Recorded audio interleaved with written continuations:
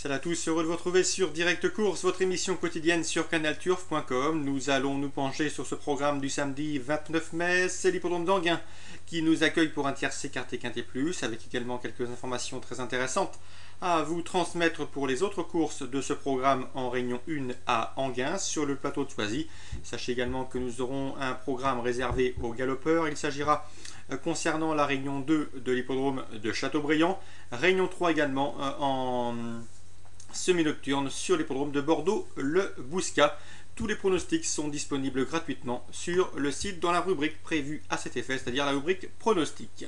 Le quintet, il s'agira du prix d'Espelette, une épreuve réservée à des chevaux de 4 ans. Nous avons un parcours de tenue proposé puisqu'il faudra parcourir 2875 mètres pour les différents compétiteurs qui seront 16 au départ. Attention, dans ce quintet, à mon avis, il n'y a pas de base solide car les bonnes valeurs du lot qui se situent parmi les plus riches, notamment le 15 Salsa du Dijon, le 16 Shirley ou encore le 14 Signe, qui partiront logiquement parmi les favoris, ne sont pas à l'abri d'une incartade.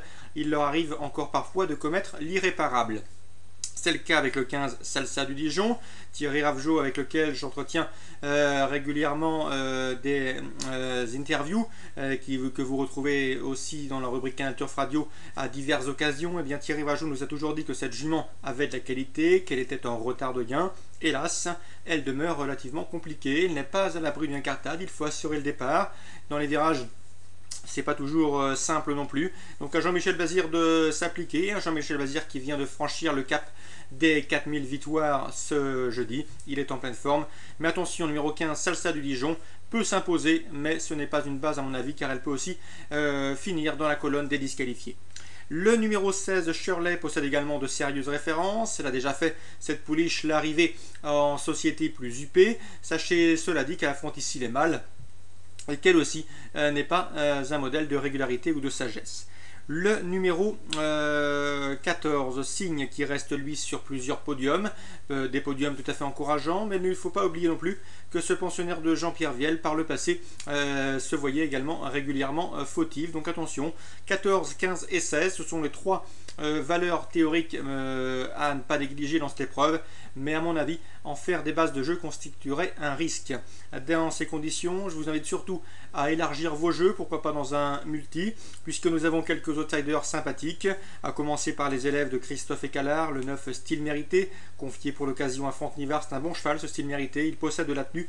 Attention également à son compagnon d'entraînement, le 10 Skippy Danji, confié quant à lui à Pierre Verva, un cheval qui possède un bout vite et qui, s'il peut se faire ramener assez loin et bénéficier d'un beau parcours caché, est capable de venir surprendre à Bellecote. Donc méfiance avec les deux élèves de Christophe Écalard qui, selon moi, ont les moyens de venir s'immiscer dans le quintet gagnant à Bellecote.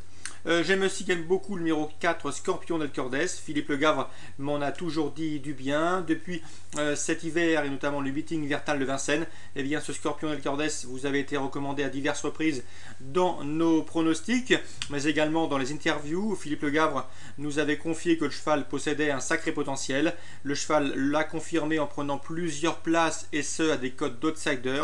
Donc attention, c'est un cheval qui part bizarrement, rarement joué, mais pourtant qui figure régulièrement aussi à l'arrivée de compétitions de ce genre. Donc le numéro 4, Scorpion de Cordes, déféré des postérieurs pour l'occasion, est confié à Eric Raffin, a les moyens damer le pion à bon nombre de favoris. Le numéro 3, Saphir des Elfes, également attention à lui. C'est un cheval qui est appelé à bien vieillir.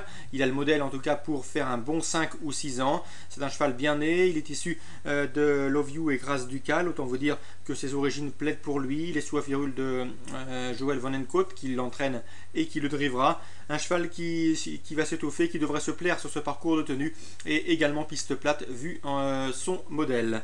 Donc le numéro 3, Saphir des Elfes, également un candidat à ne surtout pas négliger. On termine avec le 6, Supervisor, un cheval qui tente l'aventure en région parisienne après avoir montré et dévoilé de sérieux moyens en province, et notamment dans le centre-est où il est entraîné par Joël Després. Un cheval dur à l'effort qui peut venir s'installer en tête de course, et sachez-le, il est suffisamment costaud pour endiguer bon nombre d'attaques. Donc ce cheval Supervisor qui demeure délicat dans les premiers mètres de course a également les moyens de s'immiscer dans la combinaison gagnante de ce quintet des plus ouverts. Attention, je vous conseille surtout d'élargir vos jeux car les bases ne sont pas et ne sont sans doute pas des plus fiables à mes yeux. Donc le 15, le 16 et le 14, ce seront les favoris et c'est logique au regard de leur titre et de leur qualité. Mais attention, le 9, Style Mérité, le 10, Skippy Dingy, le 4, Scorpion de Cardès ou encore le 3, Saftir des Elfes sont en mesure de venir contrecarrer leur plan. Concernant ce même programme sur l'hippodrome d'Anguin, j'ai pu m'entretenir avec l'entraîneur Patrice Toutain. Il présente le 604 Nacarado, un Nacarado qui reste sur une disqualification, disqualifié après enquête en dernier lieu, alors que le cheval avait fait l'arrivée sur l'hippodrome d'Agen. La piste était dure ce jour-là, ce qui explique que le cheval n'avait pas un très beau passage et s'est vu disqualifié par messieurs le commissaire. Quoi qu'il en soit, Nacarado a retrouvé son bon niveau, la bonne carburation. Il se plaît derrière l'autostart, la piste d'Anguin lui convient également. Patrice Toutain m'a confié que le cheval avait les moyens de terminer troisième de cette course. Ce n'est pas, à mon avis, une chance prépondérante pour la victoire, mais une troisième place est dans ses cordes. Dans cette épreuve, nous étions d'accord avec Patrice Toutain. Il faudra battre le 606 Pablo. Le cheval reste sur un succès convaincant sur l'hippodrome de Laval. Il trouve une nouvelle fois des conditions de course favorables. Nul doute que Bertrand Carnivinen aborde ce rendez-vous avec confiance. Le 602 Petzia Josselin, également une jument de qualité, qui est peut-être moins fiable que le 6 Pablo. Quoi qu'il en soit, elle sera de nouveau déférée des 4 pieds. Elle retrouve dans son sulky Jean-Michel Bazir, autant de paramètres avec lesquels elle a toujours bien fait en telle société. Donc le 606 Pablo, le 602 Petzia Josselin, les deux concurrents de qualité au départ de ce 6e rendez-vous. Pour un jumelé ou pour un trio, je vous conseille de rajouter le 4 Nacarado de par les informations fournies par Patrice Toutain. On poursuit avec la 8e. Dans cette 8e course, nous avons au départ le 803. C'est un élève de Bruno Cormier qui vient de s'imposer facilement sur les programmes de Royan, un cheval qui d'après lui devrait pouvoir confirmer. Vous pouvez l'écouter dans la rubrique Canal Turf Radio, mais en résumé il vous confie qu'il serait déçu de ne pas voir son représentant conclure parmi les 3 premiers. C'est un fils d'Hugo Dubossis qui donc revient à Anguin avec la ferme intention d'y briller. Donc le 803, son entraîneur Bruno Cormier est confiant. Dans cette épreuve, il faudra également faire très attention au 802 Speranza d'Urfist, présenté par Franck Leblanc. Une jument qui sera déférée des 4 pour la première fois. Méfiance, méfiance.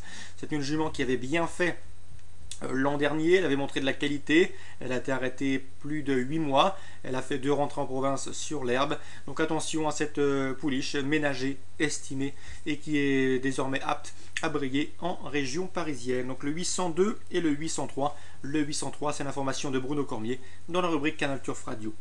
Je termine concernant Anguin avec maintenant la 9e course. Tout ça pour vous dire que dans cette 9e, le 906 Spike Game est un concurrent qu'il faudra racheter. Sa dernière course n'est pas à prendre au pied de la lettre.